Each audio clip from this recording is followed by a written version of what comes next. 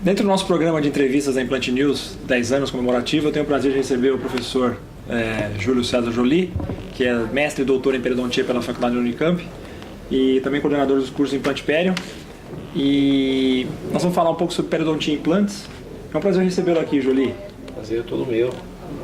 Uma honra participar desse programa, mais uma ação inédita aí, né, que merece todo o louvor.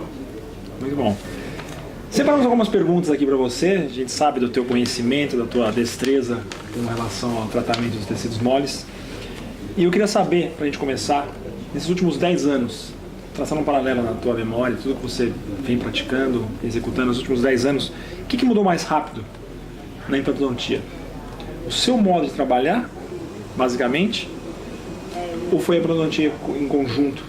Foi a evolução do seu modo, mais a tecnologia que a gente tem ao alcance. Como é que você gostaria de explicar isso para a gente? É difícil responder de uma maneira pontual o que foi mais rápido, porque ambas as mudanças aconteceram simultaneamente, né? Eu não consigo interpretar a periodontia dos dias de hoje, né, em nenhum aspecto parecida com a periodontia de 10 anos atrás, né? E sem dúvida, né, as grandes mudanças estão centradas justamente na incorporação dessas ferramentas periodontais na busca de resultados mais equilibrados, né? Porque se nós considerarmos os primórdios aí da implantodontia, desde a osseo-integração, passamos por algumas décadas, né, que o foco principal da nossa atuação estava associado à sobrevivência de implantes, né, na busca da osseo-integração, que hoje realmente é algo consolidado, muito previsível, estável, né? Mas as grandes frustrações com a utilização dos implantes estavam relacionadas às reabilitações, né? Pela falta de próteses que satisfizessem as expectativas dos pacientes, né? E essas reabilitações frustrantes, né, na grande maioria das vezes, estavam limitadas à deficiência tecidual. E até então a periodontia não andava de mãos dadas, né, nesse cenário. Então as ferramentas periodontais, a partir do momento que elas começaram a ser, né, incorporadas, né, nesse arsenal da implantodontia, mudaram completamente o panorama, né? Então realmente nesses últimos 10 anos, né, as mudanças foram assustadoras, né? E hoje quando eu revejo, né, os meus casos, né, não sou tão velho assim, mas há 10 anos eu já atuava, sinto-me, né, envergonhado com algumas atuações que até então eram consideradas satisfatórias, mas que hoje já não são mais admissíveis, né?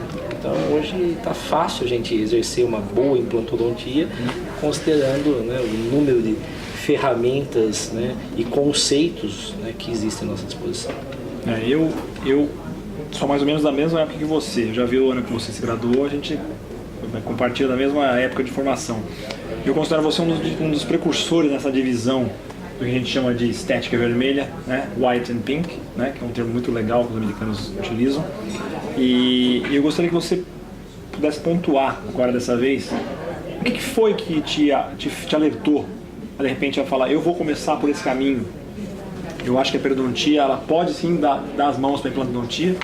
E a gente discutiu isso já em outros temas na prótese, principalmente a importância que a periodontia tem para a implantodontia. Eu quando comecei fiz periodontia primeiro, antes da especialização em implante. Então a gente que fez periodontia tem uma visão diferenciada em relação à implantodontia. Fala um pouquinho para mim sobre isso. Na verdade, toda a minha formação parte de uma única, né, ciência, de uma única área, que é a periodontia. E a periodontia clássica, né, durante muitas décadas, propôs-se exclusivamente com o tratamento da doença, né, com o controle de quadros infecciosos, né, estabilizando a evolução de problemas, mas sem recuperar o que já havia sido, né, destruído.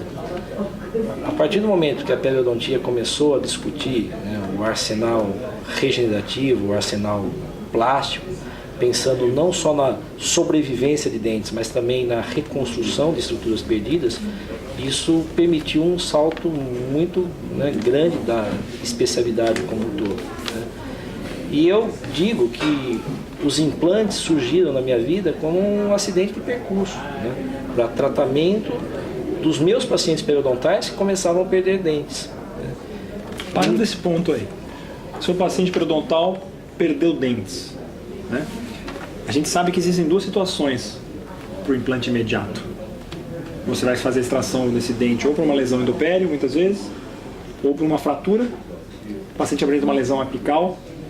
E uma coisa que me perguntam muito, e eu vou te passar isso agora nesse momento tão importante da nossa entrevista: quando que você, hoje, principalmente, põe um implante onde você tem um sítio periodontalmente infectado, que você vai extrair o seu dente, a indicação é exodontia, você põe ou não o implante nesse ato. A gente sabe que a lesão endodôntica ela é totalmente controlada, você entra com antibiótico terapia e faz a instalação do implante.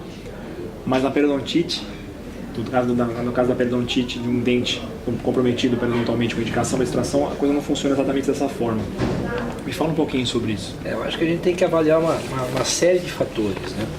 Mas diante dessa né, condição, o raciocínio é parecido, né? Porque a partir do momento que você remove a causa, né, do problema, que é a infecção, do ponto de vista, né, de sobrevivência de um implante, existe, né, um bom prognóstico.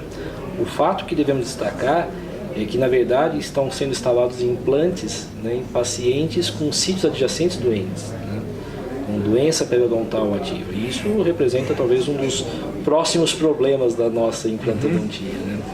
Mas talvez mais importante, né, nesse sentido seja realmente a descontaminação mecânica do sítio, né, e a análise dos fatores, né, anatômicos, né, diante da extensão do defeito, diante do posicionamento da margem, diante da disponibilidade óssea residual, né, para que a gente possa interpretar se vale a pena ou não a instalação de um implante naquele mesmo momento, né. Porque nem sempre você pode colocar um implante, mesmo tendo osso. Exatamente. Essa descontaminação, às vezes, como é que você faz ela e você pratica em todos os casos? Na verdade, existe um protocolo nesse sentido associado, né? Que muitas vezes, quando a gente tem um quadro agudo, a gente cronifica esse quadro, né, previamente, antes, né, de extrair o dente mediante antibioterapia sistêmica, né, pensando numa, né, melhoria da qualidade tecidual. Mas após a extração, nosso tratamento resume-se a coletagem, né, delicada desse alvéolo e numa irrigação apenas com solução fisiológica, né? E se houver, né, disponibilidade óssea, respeitando um planejamento protético, muitas vezes entendendo que a gente vai apostar em técnicas reconstrutivas no mesmo momento, né, a instalação do implante imediato é admissível, né? O grande problema é que muitas vezes não se planeja de uma maneira reversa e aposta-se na instalação do implante apenas, né, seguindo o osso residual, o que implica na integração, infelizmente, mas sem a possibilidade de um aproveitamento protético razoável, né? Mais interessante, né? Periodontia, dente, implante. O que falta agora? A gente trazendo um pouquinho para a formação desse profissional, desse futuro profissional. O que você acha? O que você colocaria, ou agregaria, acrescentaria, enfim, ou não faria nada em relação aos conceitos de graduação? O aluno que está se graduando hoje. O que você, da sua forma, com a sua experiência, a forma como você está no meio acadêmico, o que você enxerga de necessidade na graduação em relação à formação do aluno como na linha de periodontia e implantodontia? Na verdade, eu tenho uma opinião muito particular, né? E esse foi o foco do nosso trabalho nos últimos 10 anos, na disseminação desse conceito da periimplantodontia, né? Eu, particularmente, eu não consigo interpretar a implantodontia como uma especialidade odontológica, né? Outros centros também têm essa mesma dificuldade, né? O Brasil adequou-se à criação dessa especialidade, mas o fato é que os implantes representam ferramentas odontológicas para a substituição de dentes, né, ausentes ou condenados. Mas todos os conceitos biológicos e técnicos partem de duas áreas basais, que é a periodontia e a prótese, a reabilitação. Eu sei que você costuma ter casos muito legais. Tem alguma coisa que você gostaria de mostrar para a gente em termos de caso clínico, alguma coisa que você acha interessante a gente destacar? Eu acho que diante, né, da proposta dessa entrevista, do tempo que nós temos à disposição, eu gostaria só de ratificar que quando nós pensamos, né, numa situação desse tipo, um paciente com deficiências periodontais relacionadas aí ao posicionamento de margem, a falta de papilas, né, o fato dos dentes estarem ou não condenados, né, não devem interferir no nosso planejamento. A partir do momento que nós nos defrontamos com uma situação desse tipo, que envolve, né, a condenação de 2 centrais, né, claro que isso representa, né, um grande desafio. Todos nós sabemos disso. Mas os implantes não podem representar, né, de uma forma prioritária a peça principal desse quebra-cabeça. Porque se nós pensarmos na condenação dos dentes e na instalação dos implantes em primeiro plano, certamente a gente vai chegar a resultados frustrantes e limitados, né? Se não houver o entendimento de conceitos periodontais na busca da equalização do posicionamento das margens, na busca, né, de um equilíbrio estético e funcional, os implantes por si só não são capazes, né, de resolver situações, né, como essa. Então, quando a gente aposta na discussão desse conceito da perioimplantodontia, né, diante de uma análise comparativa dessas duas, né, situações, em que do lado esquerdo temos uma paciente com todos os dentes bem posicionados, mas que se queixa dessa retração, dessa recessão da margem do incisivo central do lado esquerdo, né? E já do lado direito temos uma paciente também com queixa relacionada a essa discrepância da margem entre os centrais aparente no seu sorriso. Devemos entender, né, que o fato desse incisivo central, né, estar condenado não deve interferir no nosso planejamento, porque quando a gente pensa nos tratamentos, a utilização de recursos reconstrutivos, né, focados na manipulação tecidual a partir de um enxerto de conjuntivo, de técnicas minimamente invasivas, né, elas se mostram eficazes, né, na resolução de ambas as situações, né. O fato de, nesse caso especificamente, termos um implante instalado associado a uma prótese temporária, não muda, né, a utilização de recursos periodontais em prol da otimização do volume tecidual. Tão importante para que tenhamos um arcabouço suficiente e necessário para uma reabilitação verdadeiramente convincente. Gostaria de agradecer então a presença do Jolie aqui no nosso programa de entrevistas, 10 anos em implantodontia, e parabenizá-lo aí por todo o trabalho que vem feito ao longo da... Parabéns pelo Implant News. Final aniversário da revista. Isso aí. Obrigado.